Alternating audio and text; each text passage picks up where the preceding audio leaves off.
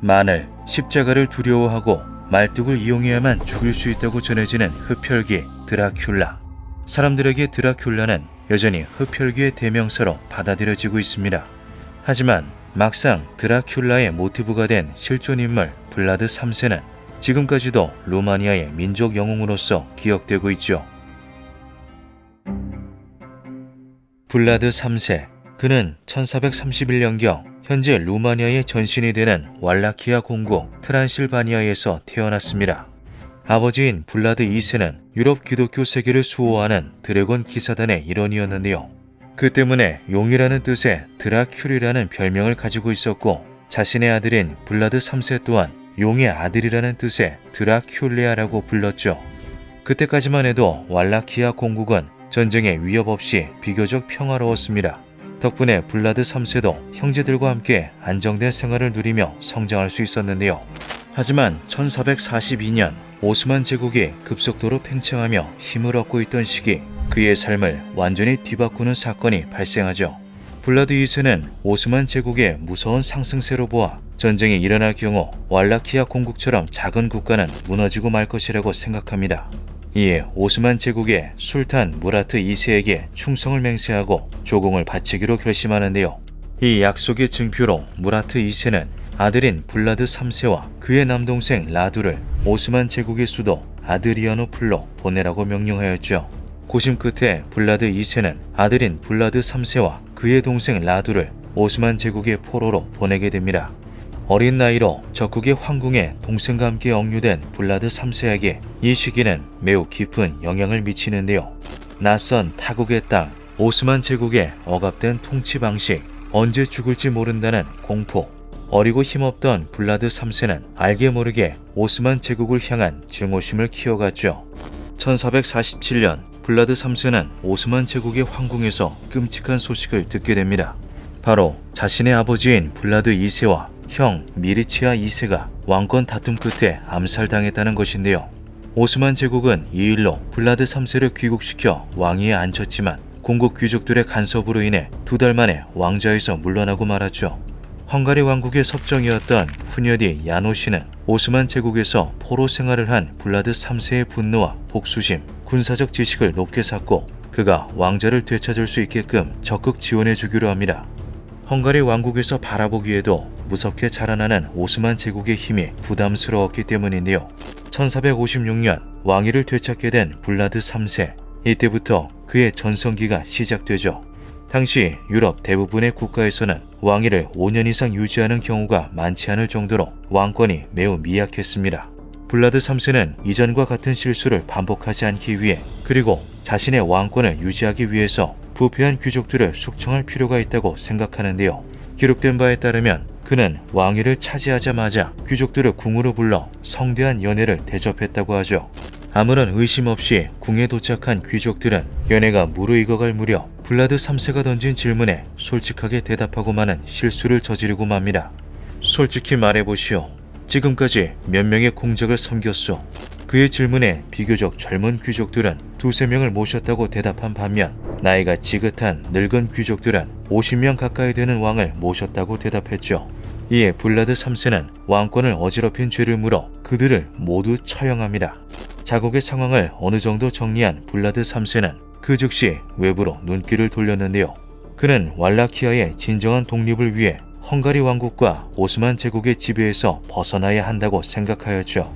당시 헝가리 왕국에서는 독일계 이주민들, 즉 작센 상인들이 왕국의 보호를 등에 업고 동유럽 무역을 장악하고 있었고, 블라드 3세는 그들을 아주 못마땅하게 보고 있었습니다.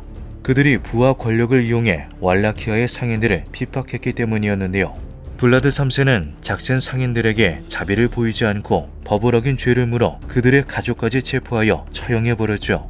이는 블라드 3세가 체페슈 혹은 가시공이라는 별명을 갖게 된 계기가 되기도 했습니다. 체페슈는 루마니아어로 꼬챙이를 의미합니다. 블라드 3세는 긴 꼬챙이를 세워두고 사람을 항문부터 그 꼬챙이에 끼워 넣는 독특한 처형 방식을 사용했는데요. 꼬챙이에 꽂힌 사람은 자신의 무기에 의해 점점 아래로 밀려 내려오면서 끔찍한 고통 속에 결국 사망하고 말았죠. 이 대규모 숙청은 여러 중대한 의미를 지니고 있었습니다. 작센 상인들을 지원하였던 헝가리는 블라드 3세가 그들을 처형하는 것과 동시에 재산을 몰수하는 바람에 큰 경제적 타격을 입었는데요. 이는 블라드 3세가 내비친 잔혹하면서도 강력한 독립의지였던 것이죠. 살아남은 소수의 작센 상인들은 악의를 품고 유럽 전역에 블라드 3세에 대한 괴담을 퍼뜨리기 시작합니다. 왈라키아 공국에는 처형당하는 사람을 보면서 술을 마시고 즐거워하는 공작이 있다. 그는 피로 물든 정원 한가운데에 앉아 피에 빵을 찍어 먹으며 사형자들을 지켜본다. 악마에게 영혼을 판 공작이 흑마술로 죄 없는 이들을 닥치는 대로 죽이고 있다. 한껏 과장된 소문들은 유럽 전역으로 퍼져나갔는데요. 사람들은 블라드 3세가 피에 굶주린 미친 군주라며 수군거렸죠. 1461년 블라드 3세는 독립을 외치며 오스만 제국령의 불가리아 북부를 급습합니다. 이 공격으로 약 2만 명 이상의 오스만 포로가 생기는데요. 오스만 제국의 술탄이었던 메흐메트 2세는 침공에 분노하여 군사력을 총동원해 왈라키아로 쳐들어가죠. 그리고 그곳에서 끔찍한 광경을 보게 됩니다. 3km에 달하는 광활한 들판 빼곡히 오스만군 포로들이 굵은 꼬챙이에 끼워져 처형당한 모습이었는데요. 현세에 펼쳐진 지옥과도 같은 끔찍한 모습에 오스만 군대는 그곳을 꼬챙이 숲이라 부르며 두려워하였죠. 이런 잔혹한 자의 땅은 정복할 가치가 없다. 이후 오스만 제국은 블라드 3세의 동생인 라두를 앞세워 그를 몰아내고 라두 3세를 왕으로 옹립하는 데 성공합니다. 힘이 필요해진 블라드 3세는 다시금 헝가리 왕국에게 지원을 요청하였지만 작센 상인들 건으로 관계가 좋지 않았던 헝가리의 국왕 마티아스 1세는 블라드 3세를 체포하고 투옥시켜버리는데요. 그렇게 블라드 3세는 약 12년간 포로로 감옥에 갇히게 되죠. 1475년 여러 정치적 이해를 한데 모은 끝에 블라드 3세는 석방되어 다시 왕위에 오르게 되지만 복위한 지 얼마 되지 않아 석연치 않은 죽음을 맞이하게 됩니다. 사망 경위와 날짜에 대해서는 의견이 분분하지만 많은 학자들은 그가 오스만군 또는 친오스만 귀족 세력에 의해 암살당한 것이라 추측하죠. 블라드 3세의 사망 이후 왈라키아, 헝가리, 그리고 오스만에서는 각각의 방식으로 그를 기억하게 됩니다.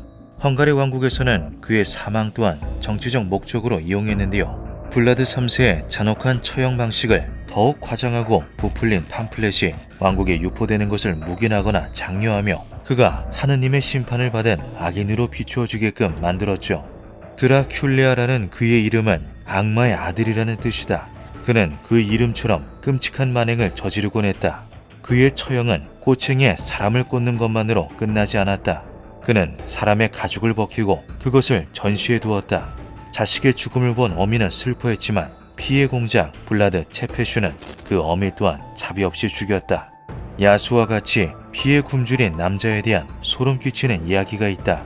사람들을 말뚝에 꿰고 불에 태우고 머리와 함께 솥에 끓여버린 이야기. 사람들을 산채로 가죽을 벗겨내고 양배추 썰듯 온몸을 난도질한 이야기다. 그는 아이들을 불에 태운 뒤 어머니들로 하여금 그것을 먹게 했다. 그 외에도 그가 저지른 끔찍한 만행들은 이 책에 모두 설명되어 있다. 이러한 정치적 움직임은 그에게 호되게 당한 전적이 있는 오스만 제국 또한 마찬가지였습니다. 그들은 블라드 3세의 시신에서 머리를 자르고 꿀에 절여 전시해 두었으며 블라드 3세를 악마 그 자체로 묘사했죠. 반면 왈라키아 공국의 분위기는 이와는 완전히 달랐습니다. 블라드 3세는 자국민에게는 한없이 공평하고 강대한 군주였기 때문인데요.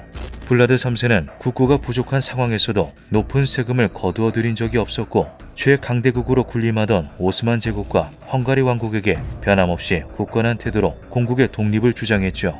그런 그의 모습은 국민들로 하여금 왈라키아 공국의 독립을 향한 열망을 불어넣어 주었습니다.